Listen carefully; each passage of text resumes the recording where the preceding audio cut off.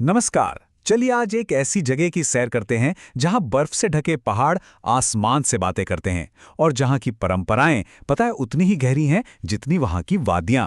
जी हां, हम बात कर रहे हैं हिमाचल प्रदेश की।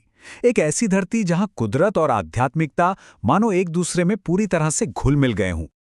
अच्छा, इस जगह को ना एक बहुत ही खास नाम से जाना जाता है, देवभूमि।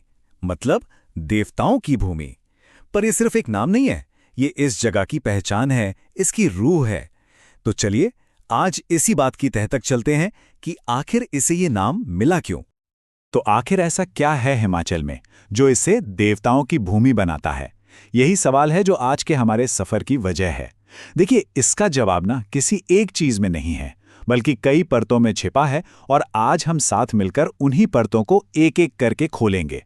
तो इस सवाल का जवाब ना सबसे पहले हमें मिलता है यहाँ की जमीन में ही। हिमाचल की पूरी पहचान, उसकी नींव इन्हीं पहाड़ों पर टिकी है। और ये पहाड़ सिर्फ पत्थर और बर्फ के ढेर नहीं हैं। नहीं, ये तो शांति और सुकून का पैगाम देते हैं। जरा सोचिए, विशाल हिमालय ने हिमाचल को अपनी गोद में बिठा रखा है। और शायद यही वजह है कि ये जगह इतनी खास, इतनी अलग है। यहाँ की हर घाटी में एक राज छिपा है।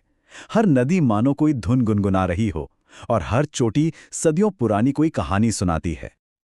अब देखिए, आज हम जिसे हिमाचल प्रदेश के नाम से जानते हैं, वहां तक पहुंचने का इसका अपना एक सफर रहा है। 1948 में इसे एक चीफ कमिश्नर प्रोविंस बनाया गया। फिर 1956 में ये एक यूनियन टेरिटरी बना और आखिर में 1971 में जाकर हिमाचल प्रदेश को भारत के एक पूरे राज्य का दर्जा मिला। इसी सफर ने इसे वो शक्ल दी है जो आज हमारे सामने है। इसकी राजधानी है शिमला। वही शिमला जो कभी ब्रिटिश भारत की समर कैपिटल हुआ करती थी। पूरा राज्य 12 जिलों में बटा हुआ है और मजे की बात यह है कि हर जिले की, चाहे वो शिमला हो, कुल्लू हो, कांगड़ा हो या कोई और, सबकी अपनी अलग कहानी और अपनी अलग खूबसूरती है। अब देखिए, किसी भी जगह की असली पहचान सिर्फ जमीन या पहाड़ों से तो होती नहीं। असली पहचान तो वहां के लोगों से होती है ना? तो चलिए अब जरा हिमाचल के लोगों और उनकी संस्कृति को और करीब से जानते हैं, जो यहाँ के पहाड़ों की ही तरह बहुत रंग बिरंगी और गहरी है। यहाँ की हवा में ना आपको एक साथ कई रंग मिलेंगे। कहीं हिंदू धर्म के मंत्र गूंजते हैं तो कहीं बौद्ध मुठों की शांति मिलती है। और साथ ही स्थानीय कबीलों की सदियों पुरानी परंपराएं भी जिंदा है। और त्योहार, अरे वाह, चाहे कुल्लू का मशहूर दशहरा हो, लोसर का नया साल हो या फिर मिंजर का मेला, यहाँ के त्योहारों का जोश और रंग तो बस देखते ही बनता है। और इस जोश और जिंदादिली का सबसे बेहतरीन उदाहरण पता है क्या है?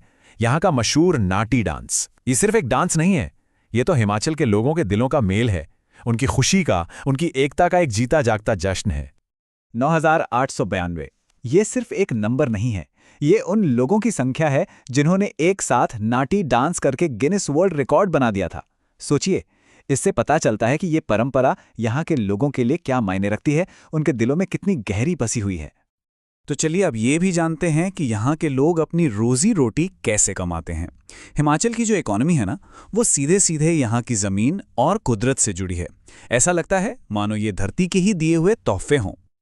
हिमाचल को भारत का एप्पल स्टेट भी कहा जाता है और ये बिल्कुल सही है। बागबानी और उसमें भी खासकर सेब की खेती यहाँ की इकोनॉमी की रीढ़ की हड्डी है। तो यहाँ की इकोनॉमी को मोटे तौर पर दो हिस्सों में बांट सकते हैं। एक तरफ है वो चीजें जो जमीन से जुड़ी हैं, जैसे खेती और बागबानी, और दूसरी तरफ है वो चीजें जो यहाँ के अनुभव से जुड़ी हैं, जैसे टूरिज्म, हाइड्रो पावर और एडवेंचर स्पोर्ट्स। और ये नए क्षेत्र भी अब बहुत तेजी से आगे बढ़ रहे हैं। और यही कुदरत और संस्कृति का अनोखा मेल है जो हिमाचल को घूमने फिरने वालों के लिए जन्नत बना देता है। लोग यहाँ सिर्फ नज़ारे देखने नहीं आते, बल्कि सच कहूं तो अपनी रूह को एक ताजगी देने आते हैं। मतलब यहाँ हर तरह के इंसान के लिए कुछ ना कुछ है। किसी को शिमला का कॉलोनियल आर्किटेक्चर देखना है, तो किसी को मनाली में एडवेंचर करना है, किसी को धर्मशाला में दलाई लामा के घर जाके सुकून पाना है, तो कोई स्पीति वैली के ठंडे रेगिस्तान और वहाँ की मॉनेस्ट्रीज को देख के हैरान होना चाहता है। और चंबा और डलहौजी तो हैं ही शांति और इतिहास पसंद करने वालों के लिए। तो चलिए अब इन सारी बातों को एक साथ जोड़ते हैं और वापस अपने उसी पहले सवाल पर आते हैं कि इन सबको मिलाकर देखें तो आखिर हिमाचल को देवभूमि क्यों कहा जाता है। इसका जवाब ना 3 हिस्सों में मिलता है। पहला, हिमालय का वो शानदार और पवित्र माहौल। दूसरा, यहाँ के लोगों की गहरी आस्था और उनकी रंग बिरंगी परंपराएं। और तीसरा, यहाँ का जीवन जो सीधे सीधे जमीन से मिले तोहफों पर चलता है। जब ये तीनों चीजें एक साथ मिल जाती हैं ना, तो बनती है देवभूमि। इसीलिए तो कहा जाता है कि हिमाचल में सिर्फ प्रकृति को देखा नहीं जाता, उसे महसूस किया जाता है। यहाँ का सफर आंखों का नहीं, रूह का सफर होता है।